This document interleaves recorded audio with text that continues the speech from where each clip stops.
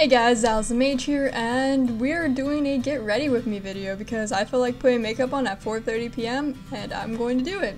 But I wanted a purpose to this video and I didn't want to do a tutorial, so I'm answering questions about what it's like going to college and answering questions that prospective students may have or people that are finishing their freshman year or things like that.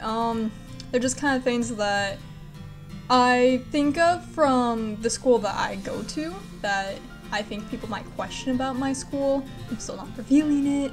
And then I also thought of some general ones, and then I also asked some of my friends what they thought, but most of them are already in school. So none of us are really in a position to ask questions about college because we're already in college and have them answered.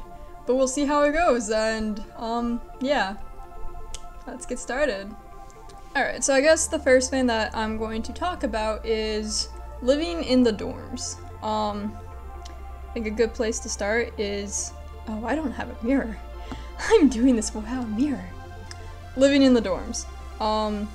Probably first, should you live in the dorms? And I would say for freshman year, definitely. I knew some people my freshman year who didn't, and they weren't too active on campus, and it was really hard for them to be active on campus. So like, I ran the Pokemon Club, and one of my members stopped showing up to meetings because it was just really hard. They were kind of later at night, and yeah, it just wasn't the most convenient thing in the world for him. So he stopped showing up. I don't think he really did much with other clubs, which is kind of unfortunate, because that's like half the point of college, is to be involved in like everything. So I would say freshman year, definitely live in the dorms. But after freshman year, the importance isn't that great. I personally moved off campus into an apartment, which you can see here, and it wasn't much different than a lot of my friends who stayed in the dorms, because the thing of living in the dorms freshman year is that those dorms tend to be very close to the main campus, and that is also where you make your friends. I do not have any good friends that were not in my freshman dorm, unless they're upperclassmen. But then they didn't have the opportunity to be in my dorm. So, like my two best friends, one of which is my boyfriend, were from my freshman dorm. And like our entire friend group is comprised of people from our dorm. So that's really where you make your friends and kind of just the basis of life in general. Going off of that, I'm sure this is going to be a question, but what is it like showering in the freshman dorms? And it's awful. I do not miss it one bit. Because one, there were about 23 girls on my campus. Or not on my campus. Oh, it's sad, but not that sad.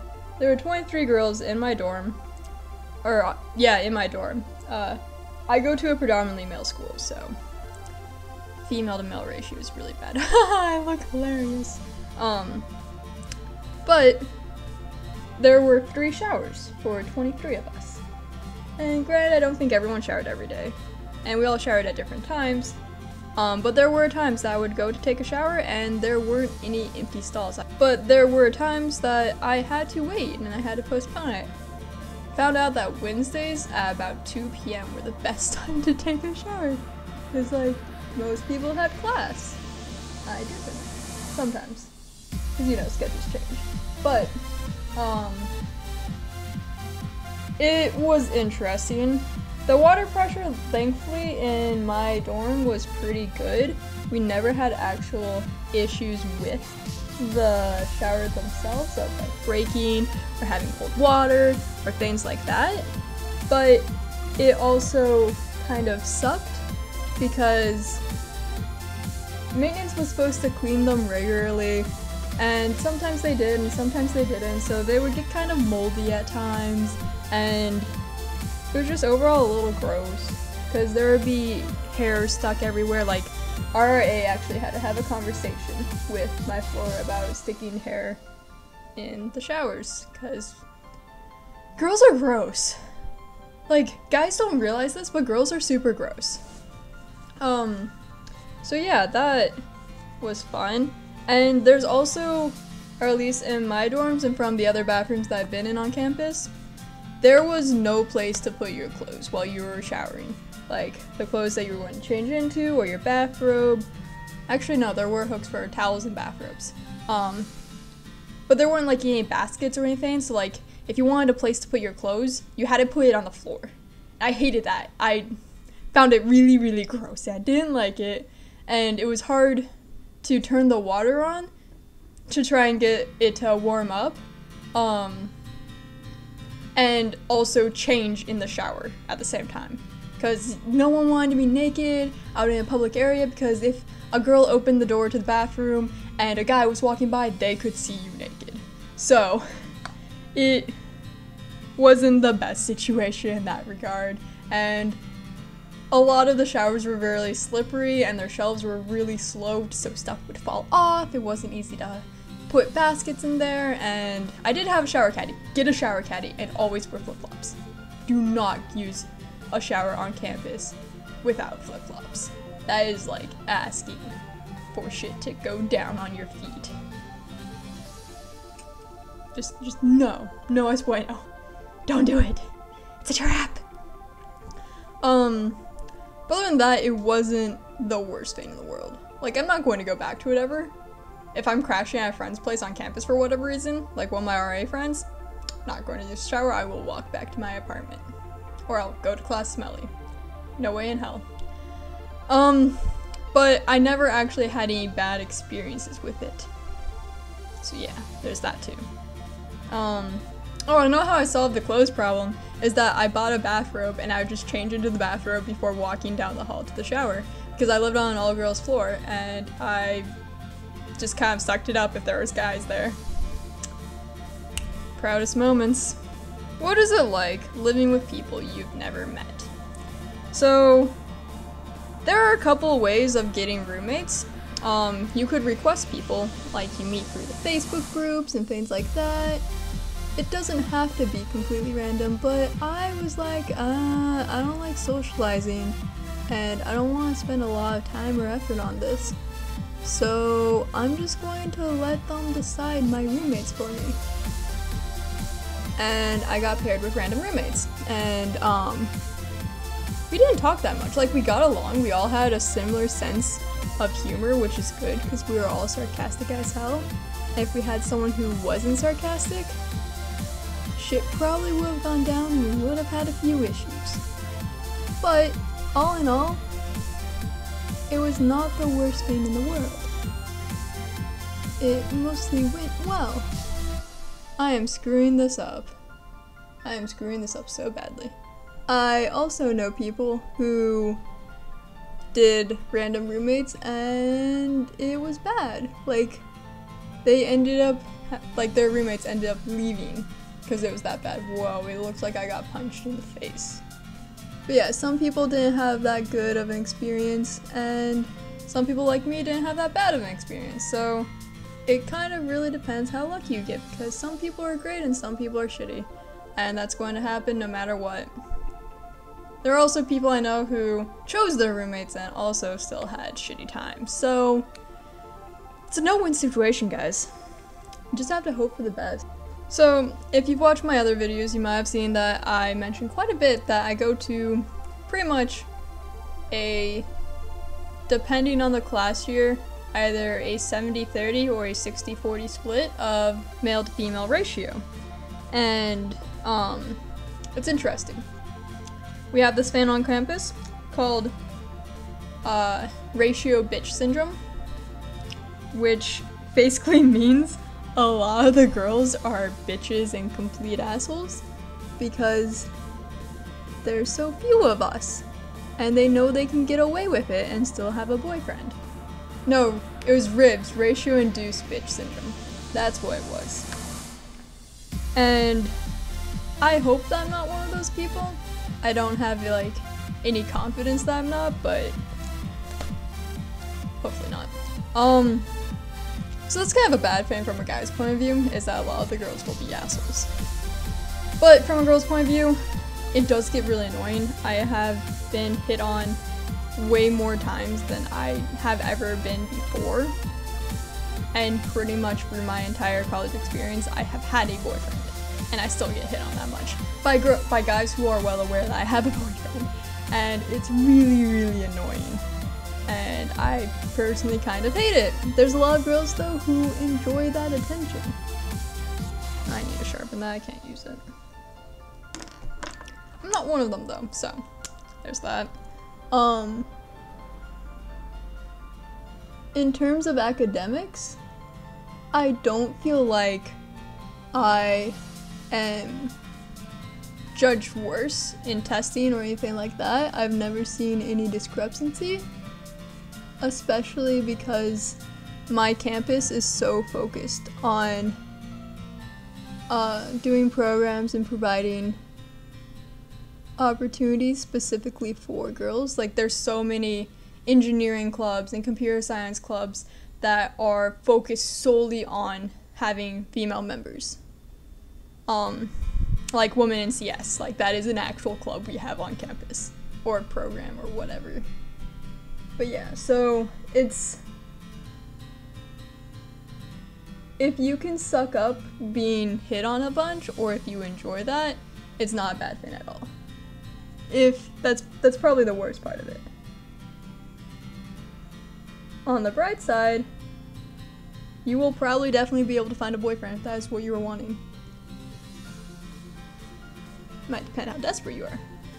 But it's certainly very much easier probably than on other campuses. I'm not entirely sure though. Because none of my other friends have actually complained to me about not being able to find a boyfriend, so I don't know. I'm also doing horribly on my makeup right now. I don't know if it's because I'm talking or because I know I'm not going anywhere and no one's going to see this besides you guys. And I know on camera things don't look as bad. But this is pretty shitty. Should not have chosen such a dark eyeshadow. But yeah, continuing on. What about going into school undecided? I say do not let your confidence or decision about what major you're thinking of influence where you go, unless you know what major it is. But don't let not knowing what major you want to do influence where you go. Even if you don't have any general idea, pretty much most schools offer most things at this point. Like, I go to a tech school, but we have a liberal arts program. We have a psychology major. So, and there are some people here that major in that. Most of the time it's as a double, but it's not impossible. And that's the important thing. Don't not apply to more prestigious or tougher schools because you're undecided. I'm not sure if anyone's actually been denied because of that. In my experience, they haven't. Because, for example, I will say that I go to a pretty decent school. Like, it's up there in rank. It has a difficult acceptance rate too.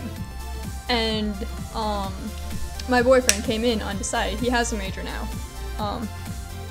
But it definitely isn't bad going into school undecided. I would say as long as you can figure out a major by the time you are a sophomore, then you're safe. It's past sophomore year and you still don't have a major, then things might be getting a little iffy of being able to graduate on time, because then you start running out a lot of gen ed classes. And that's what puts you behind, is when you don't have any more gen ed classes that you can do. Because everyone has to do the gen ed classes. So, gen ed is general education. It's like, for me, that's 6 humanities and 4 PE classes and 2 social sciences. And then each major has some more specific ones, because it depends on what your major is. So since I'm bioinformatics, I don't have any because my major pretty much touches on all the others, but like a physics major or a robotics major, they'll have to take some form of bio or chem class, even though that has no relation to what they're doing. Or bio majors have to take some form of CS or math or physics. So they try and keep it pretty evenly spread, that you have at least a little experience in everything. And in less tech school type situations, there'll probably be a gen ed of like, you do class in bio or chem, a class in math, a class in physics, a class in English, class in history, things like that. But yeah. Now looking at some other questions. What is the food like on campus? My campus has, we're a pretty small campus. We have approximately 5,000 students, I want to say. That may or may not be including the grad school. But we have 2 dining halls. Three. We have 3 places that you can eat food on campus. Not including the Dunkin' Donuts, because that's not an actual meal except for breakfast. But a lot of people here treat it as a meal. But in terms of other places that you can eat on campus, we have the freshman dining hall, which is the only place freshmen can eat with their meal plan. Outside of, no it's not. One second. Lots and lots of details. But the main dining hall for freshmen. Its food is okay. Its food is okay. It's edible. I didn't get tired of it. I didn't not want to eat because of it. So in terms of college food, it was probably pretty good. In terms of, can I make better stuff at home? If I put the effort into it, yes. I don't put the effort into it very often unless I'm hosting people and having friends over. And then we have a restaurant, like an actual restaurant on campus. And that has a bit nicer food. It's not somewhere that I actually go anymore because I don't want to spend money and it's kind of expensive. Not like expensive like a fancy restaurant, but like for a college student, it's kind of expensive. And freshman meal plans will work there for 2 days a week. And then we have the campus center cafeteria area. But it pretty much has like 3 different areas, one for soups, one's the grill, one is the sandwich pizza area, and it gets really boring because they don't really change it that often. There's one area called the chef's table that changes every single day, but other than that, it's pretty much the exact same thing. So I only eat there for lunch, and that's only because I'm working right now, and I'm working on campus. But during the regular school year last year, I didn't really eat there too often. I normally brought my food or I went back to my apartment. But it's not horrible, it's definitely edible, and I didn't get super tired of the dining hall my freshman year.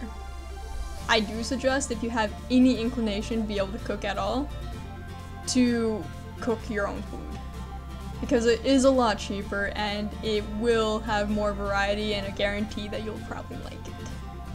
Alright, I'm going to finish up with a few more questions because I am enjoying this. It's kind of fun. What about financial aid? That's a good question. I suggest coming in with as many scholarships as you can get. Google the hell out of that before you start school. But in terms of financial aid, it really depends on your school and depends on your family's income. When you're looking for colleges, do a lot of research into what they offer for financial aid, how many people that are need-based get the need that they are needing, and also see if your school offers any in-house scholarships. Like a decent part of my financial aid is an in-house scholarship for $28,000, and it's a merit scholarship based on my academic performance. So I would have gotten that no matter what my need was. And then a good portion of it is also financial aid through the school because my school is really good about meeting the needs of its students. Private schools are often a lot more likely to be able to meet all of the need that their students have. Whereas public schools, they have a very limited budget. They can't do much with it. So they really divvy up who they give it to, and it's normally a first come, first served type of deal. But you generally find out what your financial aid is after you've accepted the school, which is kind of sucky in my opinion. I wish, wait, do you?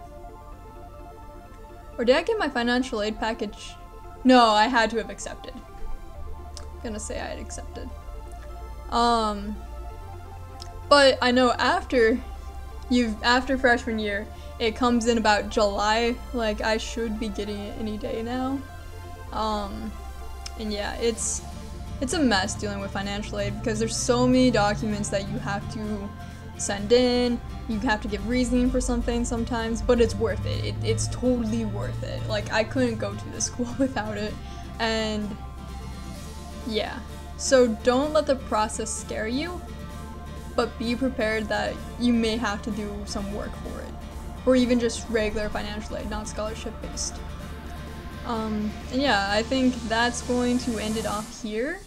If you guys have any questions, please tell me, ask me down in the comments below, and I will get to them in a later video of maybe doing this again. Yeah, so have yourself a magical day, and I shall see you next time. Bye!